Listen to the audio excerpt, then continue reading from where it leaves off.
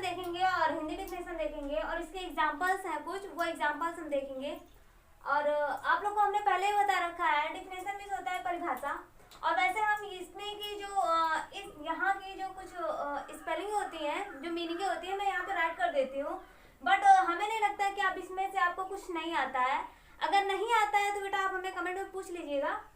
पर अभी हम आगे बढ़ते हैं। आज हमने एग्जाम्पल की यहाँ पे मीनिंग रखी हुई है, तो आगे बढ़ते हैं। देखिए, a name that is use for more than one thing और person is called a collective noun.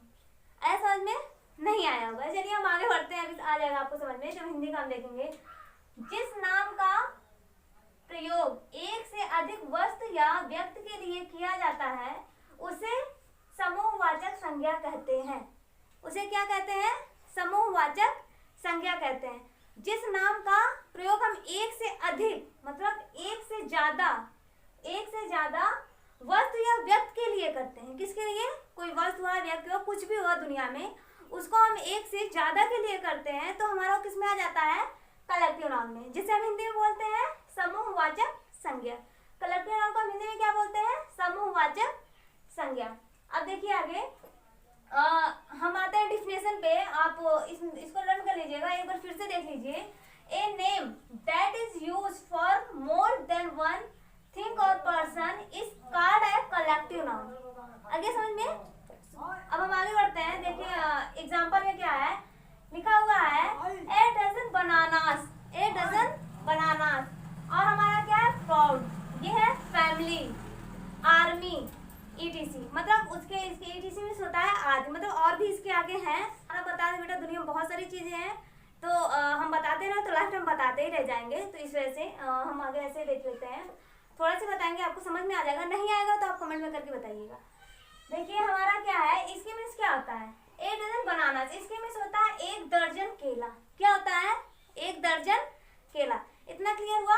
अब देखिए जैसे हमारा आ गया, अगर हम फल का नाम लेते हैं, है ना, अगर एक टोकरी है, उस टोकरी में रखा हुआ है, क्या कहते हैं, उसमें मैंगो है ना, एप्पल है और काफी फ्रूट्स में रखे हुए हैं, तो हम क्या कहेंगे? वहां फल रखा हो, उस टोकरी में क्या है? फल है।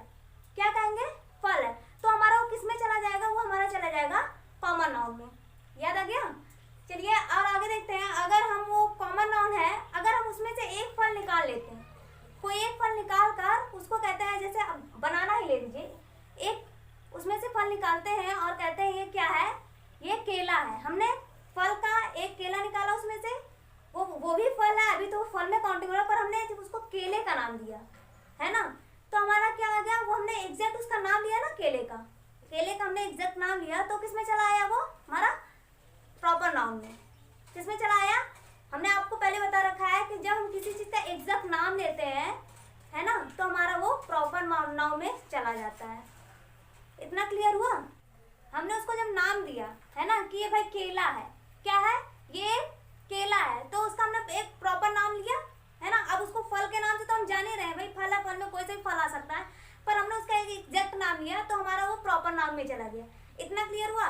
पर अगर हम एक से ज्यादा केले रख दें, एक से ज्यादा के मायने नहीं रखता कि वो एक दर्जन ही, एक से दो हो, तीन हो, चार हो, कितना भी हो, अगर वो इस तरह से आ जाते हैं, हमने बोला है ना एक से अधिक, क्या? एक से अधिक, अगर एक से वो ज्यादा है तो हमारा किस में चला आएगा? वो हमारा चला आएगा कलेक्टिव नाउन में। क्लियर हुआ? अगर नहीं हुआ बेटा, देखिए अगर हम देखिए एक टोकरी में फल रखा हुआ है और उस फल को हम कह रहे हैं भाई इसमें फल है ना, उसमें ढेर सारे फल हैं, मैंगो है, बनाना है और पाइनएप्पल है और पोमोग्रेनेट है, ढेर सारे फल रखे, हम कहेंगे फल की टोकरी है। पर अगर हम एक फल को उसमें से निकालते हैं, है ना, एक फल को उसमें से निकालते हैं, कहते हैं भाई ये केला है, तो केला है तो उसको हमने एक एग्जैक्ट नाम दिया कि ये केला है, ये क्या है? ये केला है। अगर वो केला है तो वो किस में चला जाएगा? हमारा प्रॉपर नाउन में। और वो फल की जो टोकरी रखी हुई थी, हम उसको कहते हैं वहां पे फल रखे हुए, तो हमारा वो कॉमन नाउन में चला जाएगा, वो कॉमन नाउन था। अब हमारा आता है ये कलेक्टिव नाउन। अगर हम एक केला निकालते हैं तो हम उसको एक केला बोलेंगे, अगर वो एक से दो केला हो गया, है ना, एक से ज्यादा हो गया, 2, 4, 5, 6 जो भी हो गया, तो वो क्या हो जाएगा? हमारा कलेक्टिव नाउन में चला जाता है। एक से अधिक चीजों को ही हम कलेक्टिव नाउन कहते हैं। इतना क्लियर हुआ? अब हम देखते हैं कि क्राउड। क्राउड मीन्स क्या होता है? भीड़। क्या होता है? भीड़। हमने यहाँ पे देखिए राइट कर रखा है तो हो नहीं सकती कि एक अगर इंसान खड़ा तो वहाँ भीड़ लग जाएगी, नहीं लगेगी। एक से जब ज्यादा लोग होते हैं तब वहाँ पे भीड़ लगती है, तो हम लोग कहते हैं भाई वहाँ पे भीड़ है ना, काफी भीड़ है। जैसे भंडारे में अगर एक लड़का जाएगा तो आप क्या होगा, भाई भीड़ नहीं है, वहाँ पे जाके लेकर चले आओ। अगर एक से 2 है, 3 है, 4 है, इसी तरह 100,000 में है, किसी भी तरह है, अब कुल मिला के एक से ज्यादा है, तो आप उसे क्या बोलोगे कि वहाँ पे भीड़ लगी हुई है, वहाँ पे ज्यादा लोग हैं, तो उसे हम क्या बोलेंगे, हम कलेक्टिव नाउन में चला, क्योंकि वो एक से ज्यादा है। अब हमारा देखिए फैमिली, क्या है फैमिली। फैमिली बेटा कभी एक इंसान से तो बनती नहीं है। अगर एक इंसान क्या कहोगे, हम फैमिली हैं, नहीं बोलोगे। हम अगर मेरे फैमिली अगर बोलो मेरा परिवार है, अगर आपके यहाँ समझिए एक ही लोग हैं तो आप बोल सकते हो आप और वो 2 लोग हो गए, तो वो क्या हो गया, फैमिली हो गया। और वैसे ही फैमिली मॉम रहती है, डैड रहते हैं और बहन रहती है, भाई होते हैं, दादाजी होते हैं, दादी जी होती हैं, काफ़ी फैमिली जब बड़ी होते हैं, जब एक से कई लोग होते हैं तब उनको हम बोलते हैं फैमिली है। अगर एक से ज़्यादा है तो हम क्या बोलते हैं, वो फैमिली है मेरी। तो फैमिली हमारा किस में चला आएगा, क्योंकि वो एक से ज़्यादा है, तो हमारा चला आएगा कलेक्टिव नाउन में। इतना हुआ क्लियर। आर्मी, आर्मी क्या होता है, सेना। अब देखिए, अब एक इंसान से तो सेना बन नहीं जाएगी। अब एक सैनिक अगर है, एक सैनिक को हम कहते भाई ये सेना है, तो नहीं हो पाएगा। कि हो जाएगा, नहीं हो पाएगा, क्योंकि वो एक सैनिक है। अगर एक है तो वो सैनिक है। अगर हम उसको सेना कहेंगे तो 1 से 2 होने चाहिए, है ना, 3 होने चाहिए, मतलब ज्यादा संख्या में होना चाहिए। 1 से कुल मिला के 2 तो होने ही चाहिए, वो कंपल्सरी है। 1 से जो अधिक हम बेटा यहाँ पे बता चुके हैं, आपको बार बार वही बता रहे हैं कि 1 से अधिक जो 1 से ज्यादा हो, है ना, तो वहाँ क्या है, जो सैनिक है वो 1 से ज्यादा है, तो उसको हम बोलते हैं सेना है। ये क्या है, अब वो चाहे चींटियों की सेना हो या हमारे सोल्जर की सेना हो, है ना, अगर 1 से ज्यादा है तो ही हम उसको कलेक्टिव नाउन में रखेंगे। अंडरस्टैंड। अब देखिए हमारा ये पूरा कंप्लीट हो गया है, हो गया ना। अगर बेटा ना समझ में आया हो तो आप कमेंट में करके भेजें, हम आपसे बार बार कह रहे हैं तो मैं आपको जरूर बताऊंगी, उसका रिप्लाई जरूर दूंगी। और एक चीज और आपको बताना चाहती हूँ बेटा, कभी पढ़ाई को पढ़ाई लेकर मत चलिए, है ना। ये मत सोचिए भाई ये पढ़ाई है, पढ़ाई को आप पढ़ाई लेकर चलोगे तो बेटा हर एक, आप खेल को अगर आप काम के जरिए उसको खेला जाए, आपके पेरेंट्स आपके ऊपर फोर्स करे बेटा ये काम ये खेलना है, तो आप बेटा खेलना भी छोड़ दोगे, हमने ये बता रखा है।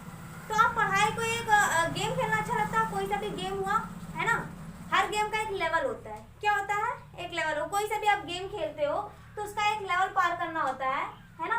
क्या पार करना होता है, लेवल।